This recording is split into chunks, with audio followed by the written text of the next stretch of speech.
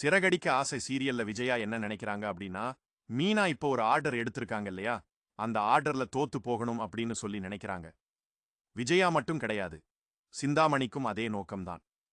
இதுல ஒரு நல்ல விஷயம் என்ன அப்படின்னா, இந்த பிளான் வந்து நம்ம சிந்தாமணியோடது அவங்க தான். இந்த பிளானுக்கு வந்து ஒரு மூல காரணம் அப்படின்னு சொல்லலாம். மீனாவை நேரடியா மோதி ஜெயிக்க முடியாது அப்படின்ற விஷயத்தை அவங்க புரிஞ்சுகிட்டாங்க. ஆண்ட் குறுக்க வழியும் சிலர் ட்ரை பண்ணாங்க. பட் அதுலயும் வந்து அவங்களால ஜெயிக்க முடியல. அப்ப என்னடா பண்றது அப்படின்னு சொல்லி யோசிச்சுக்கிட்டு இருந்தவங்களுக்கு, ஏன் நம்மளே ஒரு அக்ரிமெண்ட்டை எடுத்து அவகிட்ட வந்து பணம் இருக்குது, கொஞ்சோண்டு பணம் இருக்குது, ஒரு அக்ரிமெண்ட்டை போட்டு அந்த பணத்தை காலியாக்குறதுக்கு என்ன வேலையோ அதை செய்வோம். ஏன்னா அடுத்த ஆர்டர் பண்ணணும் அப்படின்னா அதற்கு பணம் தேவை. அவகிட்ட பணமே இல்ல அப்படின்னா நிச்சயமா ஆர்டர் எதுவும் பண்ண முடியாது.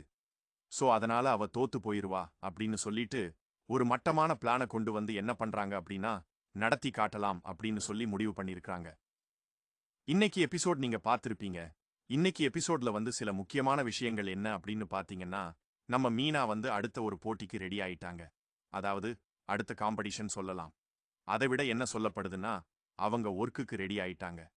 இதுல என்ன தடை, என்ன பிளஸ், என்ன மைனஸ் அப்படின்னு பாத்தீங்கன்னா, முத்து கொஞ்சம் கூட இருந்தார் அப்படின்னா நல்லா இருந்திருக்கும். ஆனா முத்துக்கு ஒரு ஆர்டர் வந்திருக்குது. அவர் என்ன பண்ணிட்டாரு அப்படின்னா, அவர் வெளியே போயிட்டாரு. அவர் ஈவெண்ட் மேனேஜ்மெண்ட்குள்ள வருவாரு. அப்பப்ப மீனாக்கு ஹெல்ப் பண்ணுவாரு. ஆனா இந்த முறை பாத்தீங்கன்னா, அந்த மாதிரி அவரால எதுவுமே பண்ண முடியாது.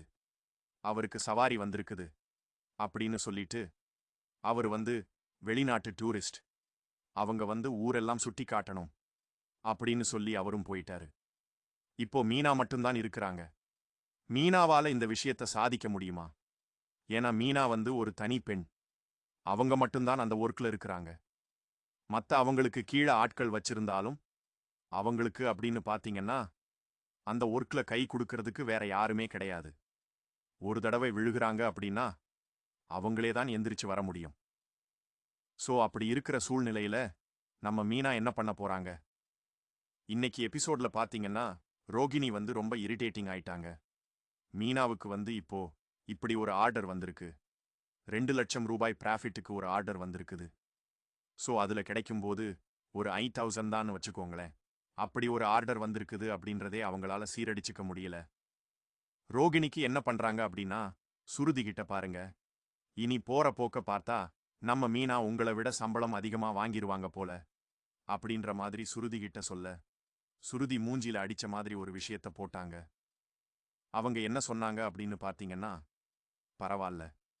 அப்படி மீனா என்னை விட அதிகம் சம்பளம் வாங்கினா நான் சந்தோஷப்படுவேன். நான் சந்தோஷப்படுற முதல் ஆள் நான் தான் அப்படின்ற மாதிரி சொல்ல. இப்ப அவங்களுக்கு என்ன பண்றதுன்னே தெரியல. ஏன் அப்படின்னா சுருதி கிட்ட சொன்னா, சுருதி ஏதாவது கொஞ்சம் ஈகோ வந்து டஸ் ஆகும், கிராஷ் ஆகும். அதனால நம்ம மீனா கூட ஏதாவது சண்டை போடுவாங்க அப்படின்ற மாதிரி ரோகிணி நினைச்சிருந்தாங்க. ஆனா, அங்க நடந்த விஷயங்கள் வேற. ஏன்னா சுருதி வந்து அப்படியே ஆப்போசிட்டா சொல்லிட்டாங்க. பரவாயில்லை மீனா தானே, என்னோட அக்கா மாதிரி அவங்க அவங்க முன்னேறினாங்க அப்படின்னா எனக்கு ரொம்ப சந்தோஷம். அவங்க அடுத்த கட்டத்துக்கு போகும்போது, நான் இன்னும் அவங்க கூட நிக்கிறேன். அவங்க பக்கத்துல இருக்கேன். அவங்களுக்கு சப்போர்ட் பண்றேன் அப்படின்ற விஷயத்த நினைக்கும்போது, எனக்கு இன்னும் பெருமையா இருக்குது. மீனா இன்னும் அடுத்த லெவலுக்கு போகணும் அப்படின்றது தான் என்னோட ஆசை அப்படின்ற மாதிரி ஒரே போடா போட்டாங்க. இந்த இடத்துல ரோகிணியோட சதி திட்டம் முறியடிச்சிருச்சு. ஏன்னா ரோகிணி வந்து பிரித்தாலும் சூழ்ச்சியில ஈடுபடலாம் அப்படின்ற மாதிரி முடிவெடுத்திருந்தாங்க. ஆனா அது அதுக்கும் அங்க வழி இல்லாம ஆக்கிட்டாங்க நம்ம மீனா அண்டு சுருதி. சோ இத பார்த்த முத்துவுக்கு வந்து ரொம்ப சந்தோஷம். ஏன்னா மீனா நல்லா இருக்கணும் அப்படின்னு சொல்லி நினைக்கிற அந்த வீட்டுக்குள்ள ஒரே ஜீவன் தான் அப்படின்னு சொல்லி நினைச்சுக்கிட்டு இருந்த முத்துவுக்கு இல்ல. அவரை தாண்டியும் இருக்கிறாங்க. சுருதி இருக்கிறார், ரவி இருக்கிறார் அப்படின்ற விஷயத்த புரிய வச்சது நம்ம சுருதி தான். ஏன்னா அவங்க 2 பேத்துக்கும் இப்பதான் சின்ன ஒரு ஈகோ போயிட்டு இருக்குது. அவங்க 2 பேருக்கும் இடையில பயங்கரமான ஃபைட் போயிட்டு இருக்குது. எங்க அம்மா கொடுக்கிற காசை ஏன் நீங்க வாங்க மாட்டேங்கிறீங்க அப்படின்னு சொல்லிட்டு சுருதி ரவி கூட சண்டை போட்டுட்டு இருக்கிறாங்க. அவங்க சண்டையே பெருசா போயிட்டு இருக்கும்போது, இப்படி இடையில மீனா கூட சண்டைய கோர்த்து விட்ட ரோகிணிக்கு கிடைச்சது என்னமோ அசிங்கமும் தான். சரி, இப்போ ஈவெண்ட்டுக்கு வந்துருவோம். இன்னைக்கு எபிசோட்ல நடந்த விஷயங்கள் அப்படின்னு பாத்தீங்கன்னா, ஓவராலா இதுதாங்க. முத்து வந்து ஊருக்கு கிளம்பிட்டாரு. மீனா மட்டும் தனியாதான் இந்த ஈவெண்ட்டை செய்ய முடியும். அங்கிட்டு பிளான் போட்டு இருக்காங்க யாரு அப்படின்னா நம்ம சிந்தாமணி. என்ன பிளான் அப்படின்னா ஒண்ணுமே கிடையாது. மீனா கிட்ட பணம் இருக்குது. அந்த பணம் இல்ல அப்படின்னா இனிமே அவ வந்து எந்த ஆர்டர் எடுத்து பண்ண முடியாது. இந்த ஆர்டர்ல அவ லாஸ் ஆயிட்டா அல்லது ஆர்டர் சரியா பண்ணல அப்படின்னா கண்டிப்பா மீனாவுக்கு அடுத்த ஆர்டர் கிடைக்கிறதுக்கான வாய்ப்பே கிடையாது. சோ அப்படி என்ன பண்ணணும் அப்படின்னா, மீனா கிட்ட இருக்கிற காசை கலியா இந்த ஆர்டரை வந்து பயன்படுத்திக்கிறணும் அப்படின்னு முடிவு பண்ணி இப்படி ஒரு பிளான் போட்டு இருக்காங்க. இப்படி 3 சைடுல இருந்து மீனாவுக்கு பிளஸ் மட்டும் கிடையாது, மைனஸ் மட்டும்தான் இருக்குது. சோ அதனால மீனா எப்படி இந்த விஷயத்த சமாளிக்க போறாங்க? ஏன்னா மீனா எங்கிட்டாவது ஒரு பக்கம் கவனம் சிதறினாங்கனாலும் ஒட்டுமொத்தமா அவங்களோட கான்ட்ராக்ட் போயிரும். அது போக பாத்தீங்கன்னா பணம் போயிரும். அது போக அவ்வளவுதான். விஜயாவுக்கு வந்து அவ்வளவு கொண்டாட்டமா இருக்கும்.